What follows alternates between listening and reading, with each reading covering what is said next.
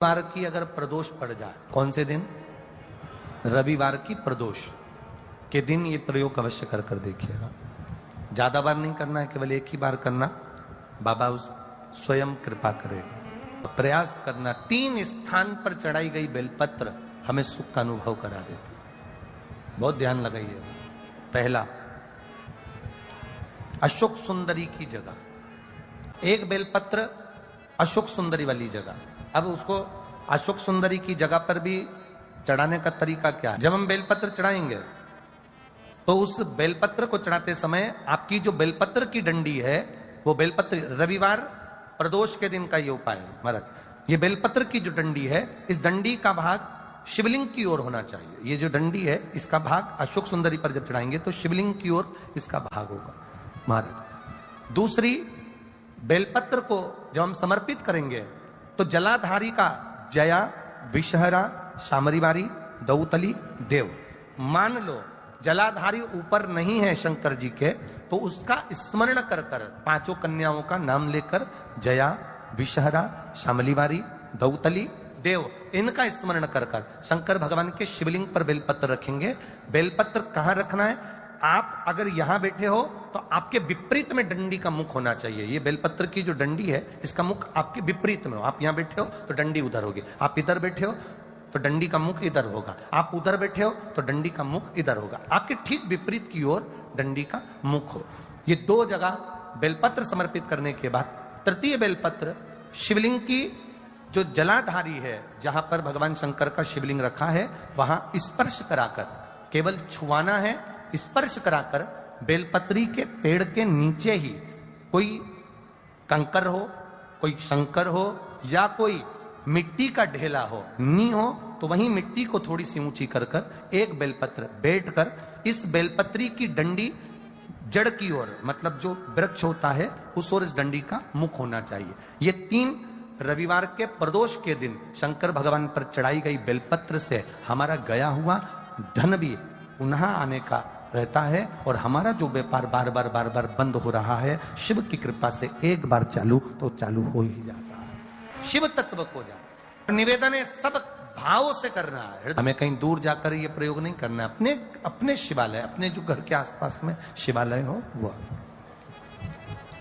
एक बेल अपने मंदिर में, अर्थात अपने घर के पास कोई मंदिर हो, शिवालय हो, देवालय हो, जहां शंकर भगवान विराजमान हो, शिवलिंग हो, ऐसी जगह पर अवश्य करें। रवि प्रदोष, रविवार के दिन पड़ने वाला प्रदोष एक ऐसा प्रदोष होता है जिस प्रदोष में अगर प्रदोष काल के समय पर बेलपत्र के वृक्ष को लगाया जाता है और वो बेलपत्री का वृक्ष बढ़ता जाता है, उसी के नीचे प्रदोष की प्रदोष दीप लगाया जाता है, तो वो कभी कंगाल नहीं होने देता, कभी कंगाल। रविवार के दिन पड़ने वाला प्रदोष ऐसा होता है जिस प्रदोष में अगर प्रदोष काल में बेलपत्री का पौधा लगाया जाता है और उस बेलपत्री के पौधे के नीचे प्रत्येक प्रदोष में अगर दीप लगाया जाता है तो व्यक्ति एक जन्म तो क्या 71 जन्म तक भी कभी कंगाल नहीं होता, धन वैभव में बढ़ता चला। जितनी रवि प्रदोष की प्रबलता है, रवि प्रदोष क्या करता है? धन देता है, संपदा देता है, वैभव देता है। जो बेटे बेटी, नवयुवक बेटा बेटी जितने भी कंपटीशन एग्जाम में बैठते हैं, जितने परीक्षा देने के लिए बैठते हैं, जितना कंपटीशन एग्जाम में बच्चा बच्ची बैठते हैं और वो आखिरी में ये विचार करते हैं कि मैं ये सीए क्लियर नहीं कर सकता, मेरा ये पार्ट क्लियर नहीं होगा, मैं आईएएस ऑफिसर नहीं बन सकता, मन से ये निकालना छोड़ दो कि मैं ये नहीं बन सकता। अगर आपने रवि प्रदोष के दिन प्रदोष काल में एक बेलपत्री के वृक्ष को कहीं पर भी लगाया है और प्रत्येक प्रदोष पर जाकर आप उसके नीचे अगर दीपक लगा रहे हो तो तुमको तुम्हारी मंजिल तो मिलकर रहेगी ही, चाहे कुछ भी। रवि प्रदोष की इतनी महत्वता है, जो महापुराण की कथा कहती है, ये 3 चीजें हमारे जीवन को सुख देती। एक लोटा जल शिव को चढ़ाना प्रारंभ किया, एक लोटा जल शिव को चढ़ाना प्रारंभ किया, हमारे धीरे धीरे मार्ग सुलभ होते चले गए, मार्ग खुलते चले गए। मान लो कोई व्यक्ति पैसे खाकर चले गया, नहीं दे रहा है, तो शास्त्र कह रहा है भगवान शंकर के मंदिर में शमी का पत्र, शमी का पत्ता, शमी पत्र, शंकर के मंदिर में काली तिल्ली के साथ में शमी पत्र, शनि प्रदोष सुख का देना। स्वयं शंकर को प्रिय है प्रदोष का व्रत, इसलिए निवेदन है बन सके व्रत करते हुए भगवान शंकर का अनुमोदन करें, जीवन को सार्थक बनाएं, भगवान शिव का स्मरण करते। लक्ष्मी आती ही नहीं, बहुत कष्ट है, जमीन जायदाद पड़ी बिक नहीं रही, तो एक काम करना, इतना दुख अगर आपके जीवन में है, त्रयोदशी तिथि आए, कोई सा भी हो, सोमवार, रविवार, मंगल, बुध, कोई सी भी त्रयोदशी प्रदोष, कोई सी भी प्रदोष तिथि आए, उस दिन तुलसी की लकड़ी, पहले से तुलसी आपके घर में अगर सूखी हो, तुलसी सूख गई हो, तो उसकी जो लकड़ी होती है, उस लकड़ी का 7 लकड़ी का बंडल बनाकर दीप बना लो। लकड़ी का दीप मतलब लकड़ी पतली पतली डालियों को लेकर कच्चे सूत से उसको बांध दो और बांधकर घी में डुबक दो। शुक्ल पक्ष की त्रयोदशी तिथि जब आए, प्रदोष का जब व्रत आए, उस दिन भगवान के मंदिर में, शिव मंदिर में नहीं, भगवान किसी भी देवता के मंदिर में, विष्णु के मंदिर में, नारायण के मंदिर में, कृष्ण मंदिर में, राम मंदिर में, किसी भी मंदिर में, मंदिर ना हो तो अपने घर के मंदिर में शाम के समय पर उस तुलसी की लकड़ी का दीप, दिया भरकर उसमें घी डालकर जो दीप प्रकट कर देता है, जला देता है, दीप को प्रज्वलित कर देता है, उसके घर में कभी संपदा की कमी नहीं होती महाराज। विष्णु पुराण में स्पष्ट लिखा है। रविवार की प्रदोष के दिन ये प्रयोग अवश्य कर देखिएगा। जिंदगी में कर्जा ही कर्जा डूबा हुआ है, कर्जे में लदालूम हो और कोई उन्नति हो ही नहीं रही, बहुत कष्ट में हो गए, तो प्रदोष के दिन बेलपत्री के वृक्ष के नीचे दीप लगाएं, शिव जी के मंदिर में जाकर दीप लगाएं और अपने घर के दरवाजे पर दीप लगाएं। प्रदोष के दिन बेलपत्र के वृक्ष के नीचे लगाया गया दीपक, शिव मंदिर में लगाया गया दीपक और अपने दरवाजे पर लगाया गया दीपक, ये तीनों जब एकाग्रित भाव से दीप लगाए जाते हैं तो ब्रह्मा विष्णु महेश हमारे कार्य की सफलता देते ही हैं, उसमें अटकल नहीं है। रविवार की प्रदोष, जो काम दुनिया में कोई नहीं कर सकता वो अचूक फल की प्राप्ति रविवार की प्रदोष करा देती है महाराज। रविवार की जब प्रदोष पड़ती है तो शिव बेलपत्र के पेड़ के नीचे निवास करते हैं। मान लो आप प्रदोष का व्रत नहीं कर सकते,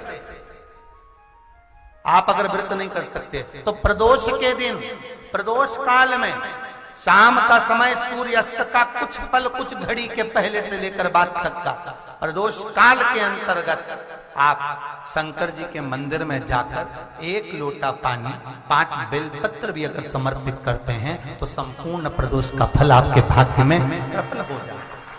पड़ती है उस प्रदोष पर, प्रदोष काल में अगर 1 आधी चम्मच भी गौ माता का दूध मिल जाए, एक छोटी सी कटोरी में सीधे हाथ में दूध और उल्टे हाथ में दूध, जल का पात्र या उसी पात्र के ऊपर दूध का पात्र रखकर हाथ में लेकर जो शंकर के शिवालय में देहली पर खड़ा होकर शंकर से अपनी कामना कर कर शंकर के मंदिर में जाकर दूध अशोक सुंदरी वाली जगह पर चढ़ाकर जल शंकर के शिवलिंग पर जो समर्पित कर देता है, देव अधिदेव महादेव उसकी कामना पूर्ण कर देते हैं। एक दिन शाम का समय, प्रदोष का दिन, प्रदोष का दिन, प्रदोष काल, शाम का समय, भगवान देव अधिदेव महादेव मां जगतजननी पार्वती जी के साथ में भ्रमण पर निकले। देखिए, अगर प्रदोष का व्रत नहीं कर सकते, प्रदोष के दिन आप व्रत नहीं कर सकते, मान लो आपसे भूखा नहीं रहा जाए, प्रदोष का व्रत नहीं कर सकते, प्रदोष के दिन आप भूखे नहीं रह सकते, मंदिर भी नहीं जा सकते, दिया भी नहीं लगा सकते, तो शिव महापुराण की कथा कहती है कि प्रदोष के दिन, प्रदोष काल में अपने ही दरवाजे के पास में देवाधिदेव महादेव का स्मरण कर कर लक्ष्मी की वृद्धि के लिए, कार्य सिद्धि के लिए, संपदा को प्राप्त करने के लिए आप अपने ही दरवाजे के पास में एक दीप लगा सकते हो। कौन से दिन? प्रदोष के। एक बात और अच्छे से समझ लीजिए, जो बच्चे चिड़चिड़े होते हैं, चाहे घर में बेटे हों, बहुएं हों, सास हो, ससुर हो, परिवार में छोटे छोटे बच्चे हों, चिड़चिड़ प्रवृत्ति करते हों या चिड़चिड़ा स्वभाव हो, जरा जरा सी बात में क्रोध आ जाता हो, बोलने का भान नहीं रह पाता हो, शब्दों के बाण चलते हों, तो महाराज प्रदोष के दिन, प्रदोष काल में बेलपत्री के पेड़ के नीचे एक जो पत्ता आपके पास में हो, पान का मिल जाए तो पान का, पीपल का मिल जाए तो पीपल का, बेलपत्र का मिल जाए तो बेलपत्र का, उस पत्ते पर मात्र थोड़ा सा शहद और 7 दाने चावल के रखकर घी का दिया लगा दो महाराज, और थोड़ा सा जल हाथ की अंजलि में लेकर भगवान देवाधिदेव महादेव का स्मरण कर कर कि इस बेलपत्री के वृक्ष के नीचे माता लक्ष्मी, पार्वती, सरस्वती विराजमान है। इसी बेलपत्री के पेड़ के नीचे मेरे देवाधिदेव महादेव का 12 ज्योतिर्लिंग का स्वरूप प्रकट है। उनका स्मरण कर कर जल चढ़ा दीजिए और उसका स्मरण कर लो जो चिड़चिड़ प्रवृत्ति करता हो, क्रोध करता हो, जिसको बोलने का भान नहीं होता हो, सम्मान नहीं देता हो, अपशब्द कहते हो, उनका स्मरण कर कर आप छोड़ेंगे। एकदम एक प्रदोष करेंगे, दूसरे प्रदोष तक तो आपको कोई दिक्कत ही नहीं। 2-3 प्रदोष कर कर देखिए, बाबा कृपा करें। बच्चों को पढ़ने का कह रहे हो, पढ़ने बैठो, पढ़ने बैठो, पढ़ने बैठो, पढ़ने बैठो, तो एक आध प्रयास बच्चों के लिए भी कर लिया करो कि भाई ठीक है, बच्चे लोग विद्या में प्रबल होंगे।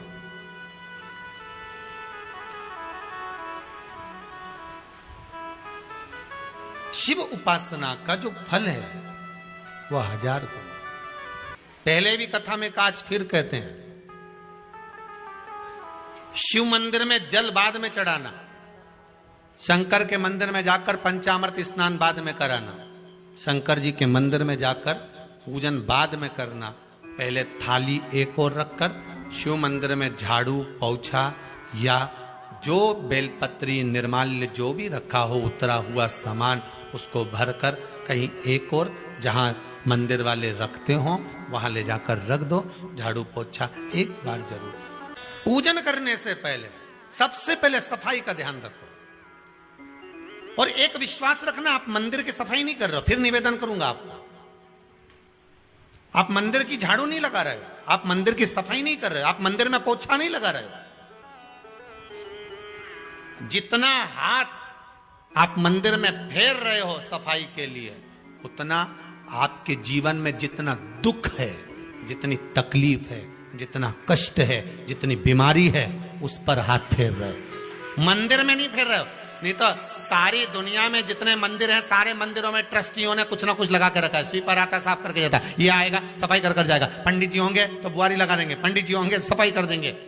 उन्होंने तो पंडित जी को बोल के रखा है कि साफ कर दो, पंडित जी करते भी हैं, पर पहला फर्ज आपका है कि आप मंदिर में आए हो तो पहले आप सफाई करो। क्यों? क्योंकि हम उसका द्वार साफ रखें।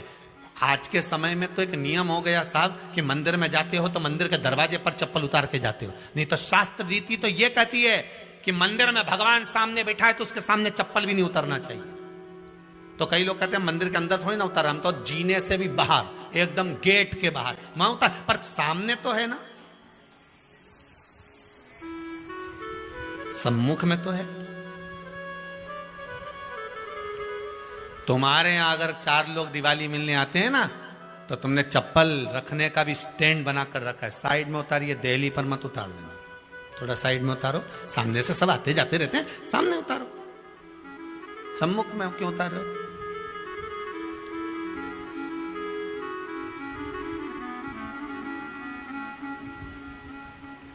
थोड़ा द्वार पे से दूर उतारिए।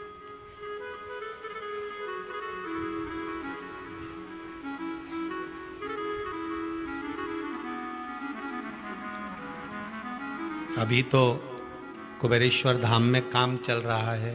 आप लोग जो दान दे रहे हो, आपके दिए हुए दान से निर्माण चल रहा है। अभी तो आप पहनकर जूता चप्पल भी अंदर आ जाते हो। भले दूसरे मंदिरों में चप्पल पहनकर हमने देखा है, आधिकाधिक मंदिरों में, ब्रजभूमि पर भी बहुत मंदिरों में लोग अंदर जूता पहनकर चले जाते हैं, पर जब तक बाबा नहीं बैठा तब तक तो आप पहनकर आ रहे हो। जिस दिन बाबा कुबेरेश्वर धाम में आकर बैठ गया, उसके बाद वो दोनों गेट पर चप्पल बाहर ही रहेगी। आओ आप, कंकर से शंकर जब शरीर से लगेगा तब सुख भोगोगे, आनंद भोगोगे, सुख की प्राप्ति। अपने द्वार पर भी कितना सुंदर लिखा है भविष्य पुराण के अंतर्गत। और विष्णु पुराण में भृगु बाबा का चरण का चिन्ह भगवान विष्णु की छाती पर रहा। भगवान विष्णु की छाती पर भृगु बाबा के चरण का चिन्ह रहा।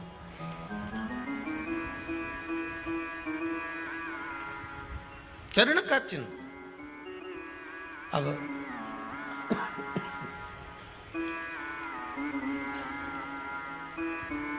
भविष्य पुराण में लिखा है कि अगर हम मंदिर के द्वार पर घर के चौखट के एकदम सामने चप्पल उतार देते हैं, 7 बार दिन भर में से, कितनी बार?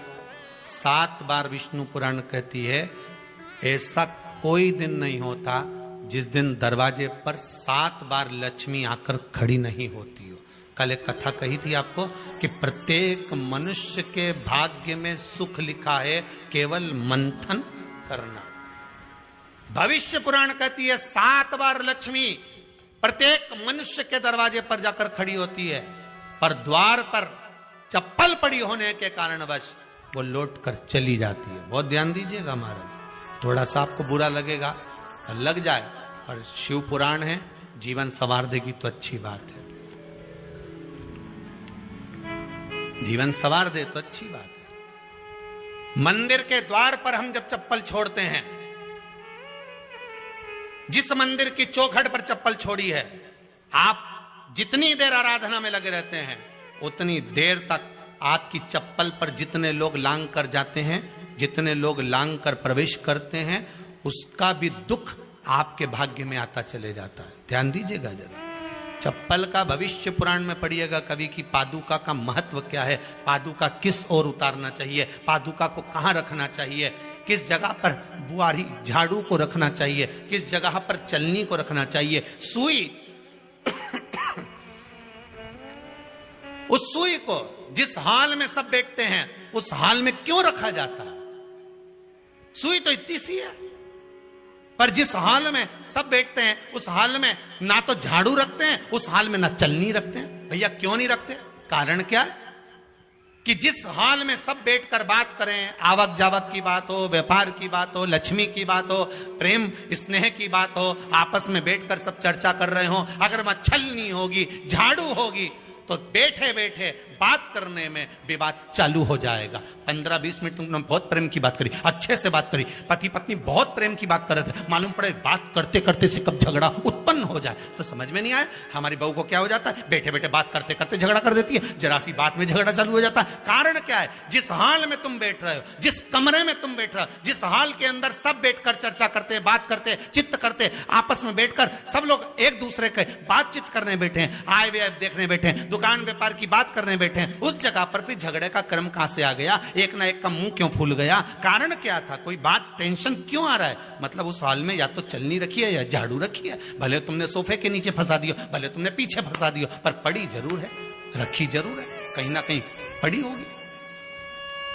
क्यों कहते हैं कि जिस हाल में आप बैठ रहे हो, जहां पर आप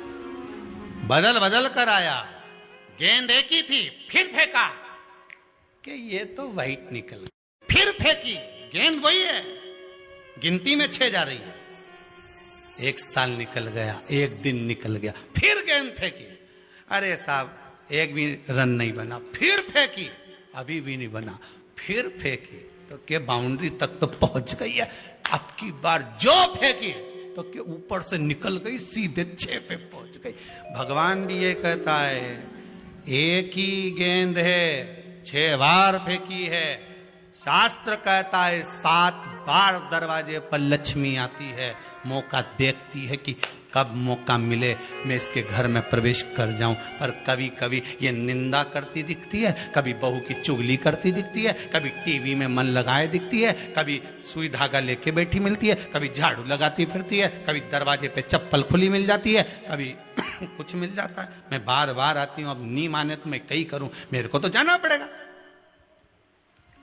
मेरे को तो जो नियम है, सर्विस करने वाला, नौकरी करने वाला तो टाइम पे आएगा। तुम भले कंप्यूटर चलवाओ, चाहे मोबाइल उड़वाओ, चाहे तुम लिखा पढ़ी करवाओ, बोलो सही है गलत है, उसको तो करना है। बोलो साहब क्या करना पड़ेगा, लग जाओ कंप्यूटर पे, लग जाओ, उठाओ मोबाइल, ये तो उसको तो करना है।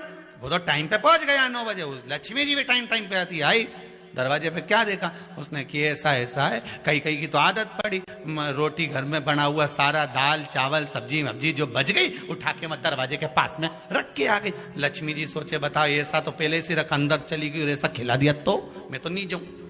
लक्ष्मी जी वापिस चलती। कई लोगों की आदत, आटा छना हुआ, ऊपर की जो चापड़ थी उनने कहा गाय खा के चली जाएगी, ओटला पे पटक के आ गए। लक्ष्मी जी इतने में आई कि चापड़ तो यहाँ पटक के चली गई, मैं काय को जाऊं, छलनी में से जा उधर, नहीं जाऊं। कितना कितना कहा है महाराज,